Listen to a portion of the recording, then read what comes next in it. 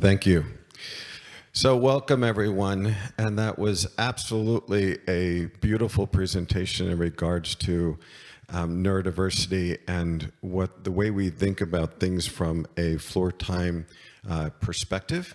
So my goal today is to introduce you to DIR and to Floortime, but also to talk about why we approach development and learning the way that we do. So I'm going to start by talking about what DIR is and what Floortime is. So DIR is the theoretical framework. It's a framework that's been around for over 30 years, developed by Dr. Stanley Greenspan, and it's a way of understanding how human development happens, in particular social emotional development. So the D of DIR is about the developmental process that all humans go through. It's kind of like the roadmap of how development happens from the moment a child is born and through the lifespan. The I, the individual differences, are the unique ways that each one of us are wired, or the differences in our biology, the differences in each one of us and how that can impact development. For most individuals, we don't think too much about it. Our individual differences impact our developmental process, but we don't really think that much about it. For individuals that are more neurodivergent or more neurodiverse, those individual differences can have a significant impact on the developmental process. And the relationship-based part, the last part of this DIR framework, is understanding that humans develop in the context of relationships with other people. A baby is born dependent upon relationships with other people for survival. Relationships fuel development. So I use the analogy of the D being like the GPS. It tells you where you're at on your developmental trip and where you expect to go next. The I is like the part of the app that tells you about the road conditions, where there may be construction and you have to take a different route to get there, where there may be weather conditions and you might have to drive a little differently and a little slower, but it just tells you about the conditions along that trip. And the R is the power in the car, is the fuel in the tank or the power in the battery cell that drives development forward. So that's the framework, the theoretical framework that Floortime is based on, is understanding how humans develop. So then Floortime is taking that understanding and putting it into practice. How do we help our children develop and grow, in particular when they have individual differences that are more complicated or more pronounced than the average child? And we do that through relationships. So some key ideas to Floortime and to this DIR process is that the children that we're working with are much more than just what we're seeing on the surface. We see behaviors, we can identify behaviors. A child with autism may be flapping their arms, but that flapping of their arms is just a behavior. What we want to understand is what's happening underneath that behavior, because there's all sorts of reasons why that hand flapping may be happening, or any other behavior that we see. It is one of the biggest problems with how the world has thought about autism is that people have thought about it as challenges in behaviors and learning. And it actually is neither one. It's processes that are happening underneath what we are seeing on the surface.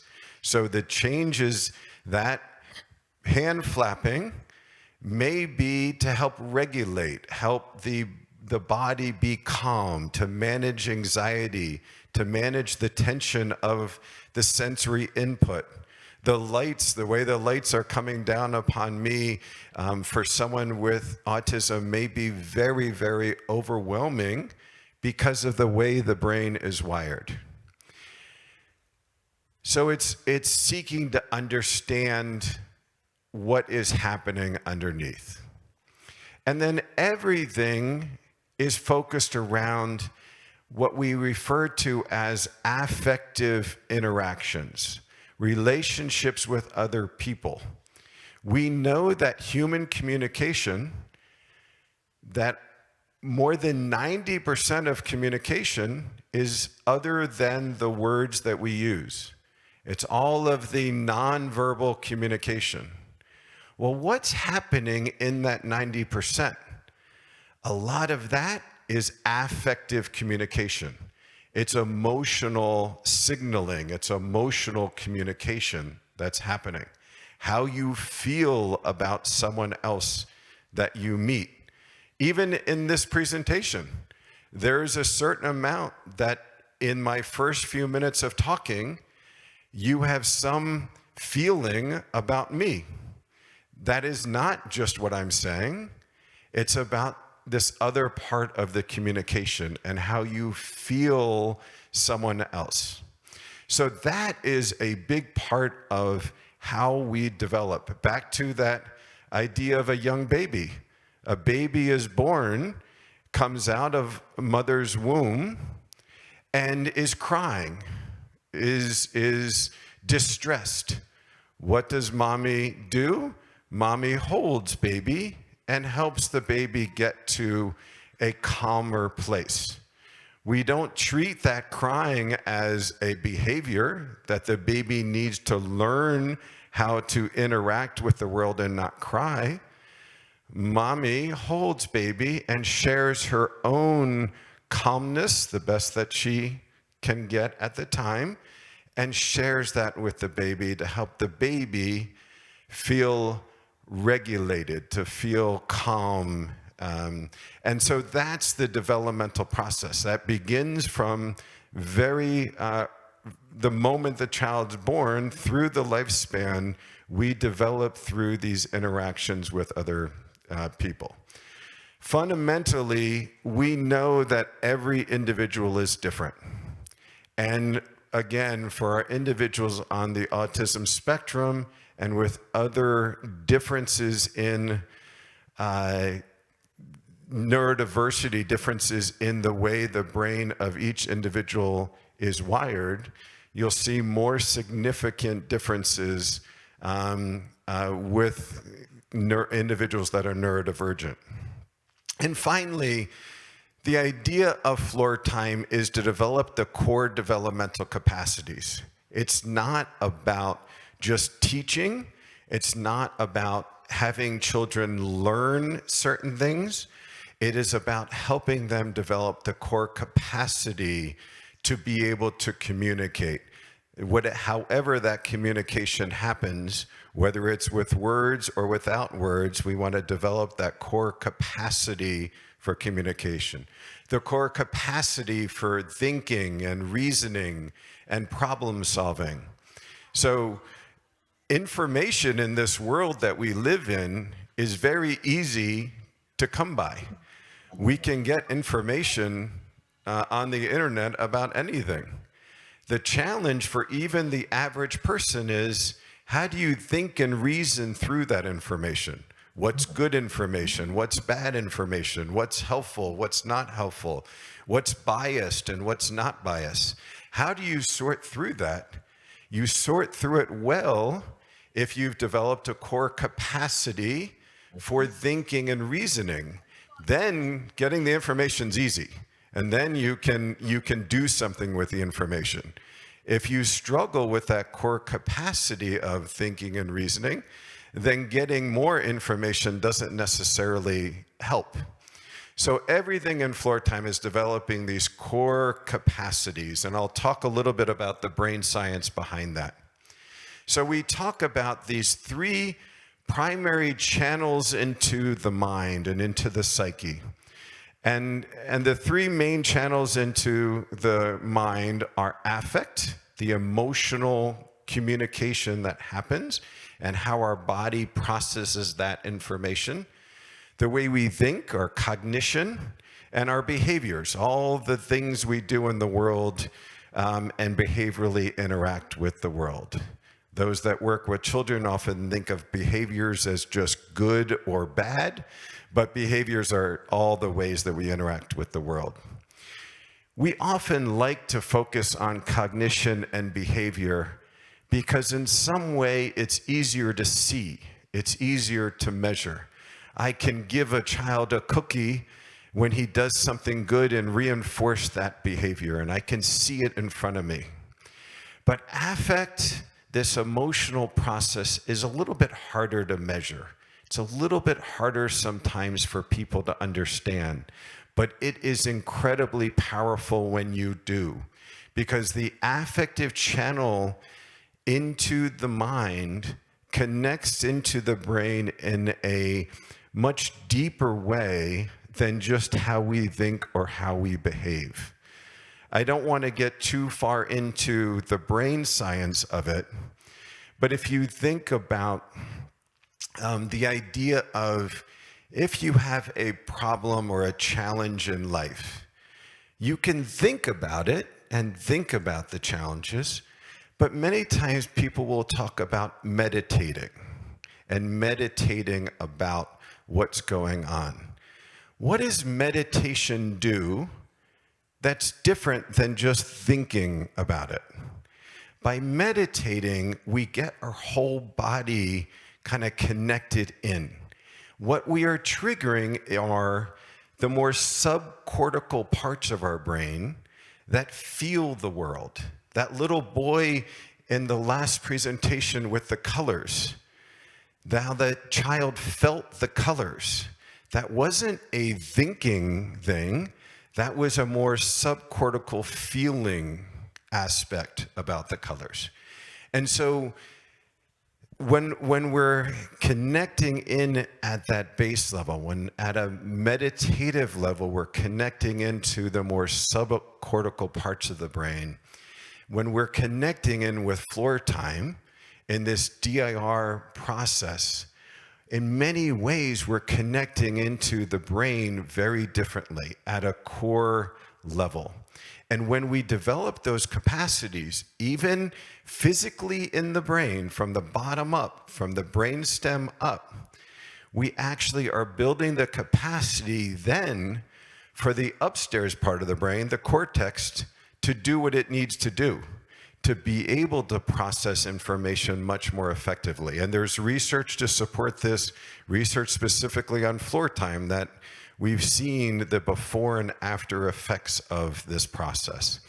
So it's hard for people sometimes to think about what is really happening in these joyful interactions, in the fun that we have in Floortime, and are you actually teaching something?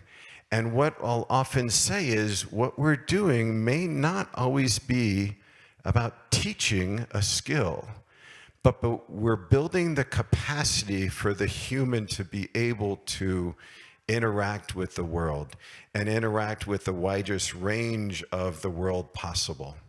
And that's where our connection with neurodiversity and the neurodiversity movement has been so interconnected with Floortime. The autistic self-advocacy community in the United States very much embraces our work, and we work very closely with some of the largest autistic self-advocacy organizations in the States, because we appreciate the difference in how people's brains work, and our goal is not to change that, but to help it go out and to grow. So that little boy that had the experience with the colors in the last presentation, Some people might see from a behavioral perspective that there's things we need to change. But as was presented, the beauty of how those colors were being processed may be different than most any other human in the world. And I want to see that grow and develop. Much like was mentioned in the first presentation by Joe, was that not every autistic is a genius, but how many of our geniuses are autistic? We want to create that opportunity. And that happens through understanding how humans develop. So autism, by definition, is a neurodevelopmental disorder. If you look into the medical diagnostic manual, it is a neurodevelopmental disorder. At least in the United States and in many places around the world, for the last 15 years, people have presented it much more as a behavioral disorder, a disorder of behaviors that need to be changed. And I want to be clear that by definition, not me up here presenting a new idea, but at the core of the definition of what autism is, it's a neurodevelopmental disorder or a neurodevelopmental difference. What this means is there's a difference in the neurology, in the way the brain is wired, that impacts development. Yes, we can see behaviors that get impacted as well, but it's not by definition a disorder of behavior. So by focusing on behavior, we actually miss where the action really is, where we can really help support the individual to grow. And so in Floortime, our goal is to understand those differences in neurology and help promote the developmental process. I'm not going to say much about the research except to be very clear that the research supporting the work of DIR and the approach of Floortime is very solid. There is quite good research to support Floortime. You're welcome to go to our website and look at that. But I just want to be very clear because there's many that have been stuck in this idea that the only research to support working with individuals on the autism spectrum has been on more behavioral approaches. And if this was a presentation on that topic, I'd welcome a debate with any behaviorist about the research, because the research is quite solid on the more developmental approaches like DIR to support individuals on the spectrum. So I'm not going to go over in that much detail about the developmental capacities, but I at least want you to be able to see them and to have some reference on what these mean. So these are the 6 core developmental capacities. Dr. Greenspan outlined 16 developmental capacities through the lifespan, but these core 6 are the real key to human development and the social emotional developmental process. The first capacity I'll talk a little bit about as an example, but it's a capacity for self-regulation and an interest in the world. The fact that you all can just sit here and be a part of this presentation without having to actively think about how am I going to stay in my chair. So if you're actively thinking about it, you're using what we would call self-control.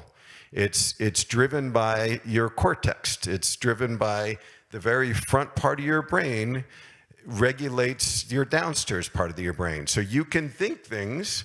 You can think, okay, how do I stay sitting in my chair? And you can come up with strategies, and it can impact the subcortical parts of your brain. But most of you aren't thinking about it. Most of you are just sitting here listening.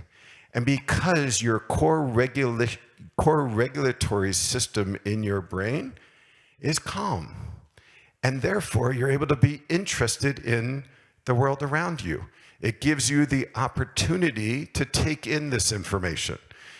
Whether you like it or you don't like it, but you get the opportunity to take in the information because you're regulated and you don't have to just think about it and learn or train. No one really trained you or taught you how to be well regulated. Someone might have taught you what's polite and how you do some of the social interaction and how maybe you even sit in the chair and what's the proper polite way, and there's cultural implications to that. But no one really taught you how to be well regulated. It's something that developed through human interaction in a very natural way. So we go through these developmental capacities, starting with regulation, engagement with others, and then we get into communication. And communication's, again, much more than language. With our young children, before they have language, they're communicating a lot. And so it's getting that communication going, getting into problem solving, starting to develop the understanding that someone else has a different way of seeing the world than me. And how can I interact with that? So the child starts to understand that mommy and daddy don't see the world the way I do. They actually have a different idea than me. And so I might want to build the tower really tall, but daddy wants to build the tower as a flatter building. And that's a different idea than I have. And so we start to be able to interact with those ideas and develop the capacity for then thinking and reasoning and abstract thinking. The ability to think abstractly and to handle abstract concepts starts with pretend play as little children. It starts with playing with dolls and playing with trucks and what they're doing and how they're doing it and making up stories in our mind. Builds the capacity for abstract thinking. So when we talk about floor time with young children, it looks playful, it looks joyful. And you could say, well, all you're doing is playing. But if I'm getting that child's mind to be able to think abstractly in more complex ways, I am setting that child up for all sorts of success in life, whatever they choose to do. And the other part about doing it from a floor time perspective is we're following what the child's interested in. And that's in part why we're so well embraced by the neurodiversity community, because we're not saying, this is how I define what you should do, and so you do what I say. It's, yes, we all have rules, and children have rules they have to follow, but that I respect and value the individual differences of that child and help them grow kind of on their terms. So we have a short video here that is about 4 families that experienced our home program and coming to our institute we have an international institute in the States. And this is their experience, and all of them had experienced some form of more behaviorally focused intervention before they came and began to get more developmental floor time therapy.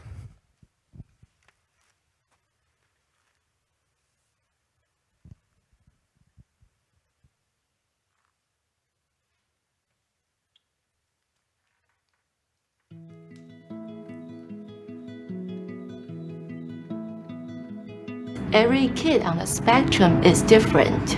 Although he's not talking, he should be able to point to things. He should be able to look at us, but he was not doing that. She would be in her own world, not want to interact with us. He didn't interact too much with other people than myself and my husband. It was clear to me that the relationships with peers were kind of suffering. He wasn't able to do some of the things that his friends could do at school, and it was really frustrating to him. When we started this whole world of assessment, we took Kevin to different clinicals in hospitals.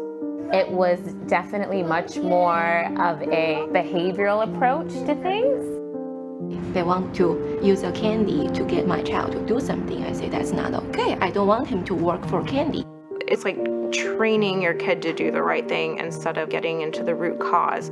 It didn't feel right at all. That was extremely exhausting, to the point that I called my husband one day, crying out in the car, and I said, we need to find a new way.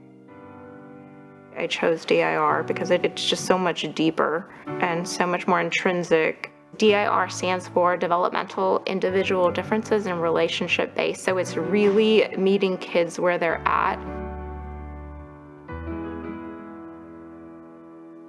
And when we walked into the room, Kevin liked sleeping the lights. They started doing it with him. That's how they got him from one room to the other room to the other room. I did not sweat one drop. So that was a magic moment of Then we made Colette. That changed That everything. just changed everything. We need a screwdriver. I see families through our home program, meeting wonderful people from all over the world and supporting them in learning Floortime and learning how to get that just right ooey-gooey-ness with their child. What's been so different with Floortime is just people seeing her for the amazing child that she is. Zebra. Elephant. I love elephants too. The name Floortime comes from this idea of getting down on the floor and playing with a child. It just symbolizes following a child's lead. We don't think about it as training the child to do something. We're trying to create the opportunity that she can also develop and interact with others and connect with others. Most people move pretty fluidly up the developmental ladder, but some people get stuck. We don't know why. And so the way that those folks continue to move is we figure out where's the capacity where you need support so that you can bring what's already inside you out. It's not an artificial thing. It works because it is what human beings do. Any child on the spectrum, they'll just go further and further and further into their world. And active and involved play, that's what brings them back to you. When I started doing Floortime, it was like, oh my gosh, she's in this with me again. He just does really sweet things, like he'll come up to me and he'll kiss both of my cheeks and just be like, you know I love you, Mom. the intervention that I am 100% sure works for Kevin is a play-based Floortime approach, 100%.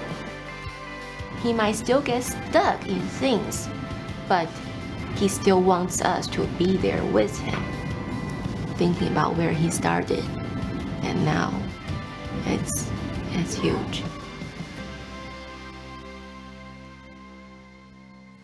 So those parents didn't talk about what their children learned, but they talked about how the world in many ways unlocked for their child.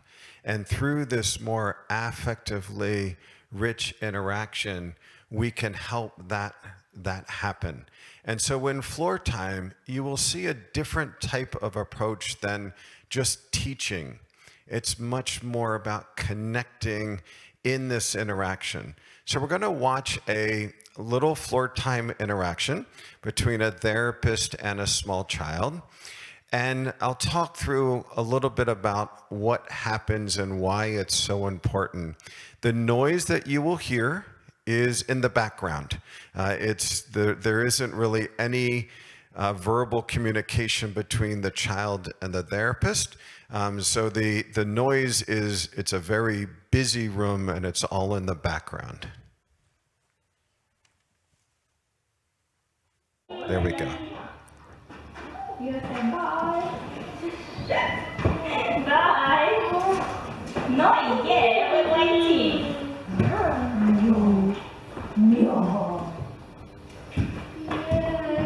Why are you pulling that even out today? Yeah. Wait, that was cheeky. Yeah, I saw that.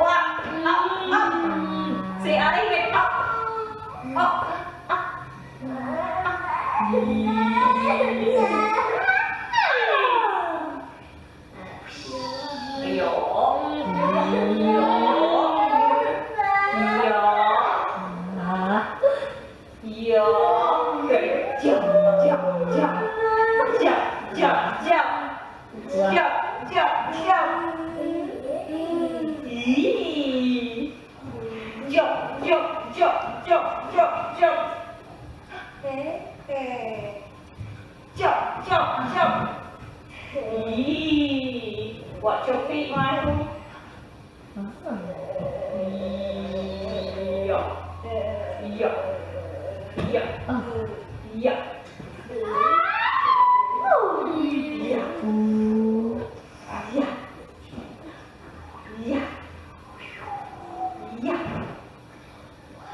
Oh wow.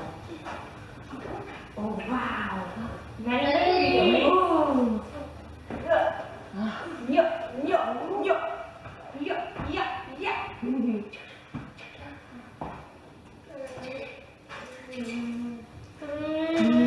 So he's got eye contact. He's looking right at her. He's touching her face like he's almost never seen it before. And so we often talk about individuals on the spectrum lack eye contact. And if you think about that behaviorally as something that needs to be trained, you might train the individual to look at me when I'm talking. But what she did was help develop the capacity for engagement, that he was with her in this interaction. And what did he do? He looked right at her. And he touched her face almost like it was something very novel, very new, like he had never seen it before. And I wonder how much he actually is able to take in people's facial expressions, because the way he covers his ear, I'm guessing that his world is very overwhelming a lot of the time with the sounds and probably visually as well. But when she stays in this connection with her and creates the opportunity for him to engage with her, somewhat on his terms, she doesn't force it. If you watch the video again, you'll see even when she holds out her hand, she holds it out about halfway. If it was a game of table tennis, she would be just having her hand at the net, saying, I'm here when you're ready to engage with me. And he develops the capacity to begin interaction with another human. He reaches out to her and he grabs her hand. And he's now developing the capacity to be able to interact with others. And so there's so many beautiful things happening in this interaction that is just absolutely essential for his development and to create the opportunity to learn information, to learn skills. But this is about developing the human, developing the person from the bottom up. As Dr. Greenspan once said, every child has the potential to be great. It's our job to make a great world where that potential can flourish. And that's what I've dedicated my career to and my work to, is working to create that great world where that potential can flourish. And this neurodiversity process that's happening here, I think is going to be wonderful to help that foster. Thank you.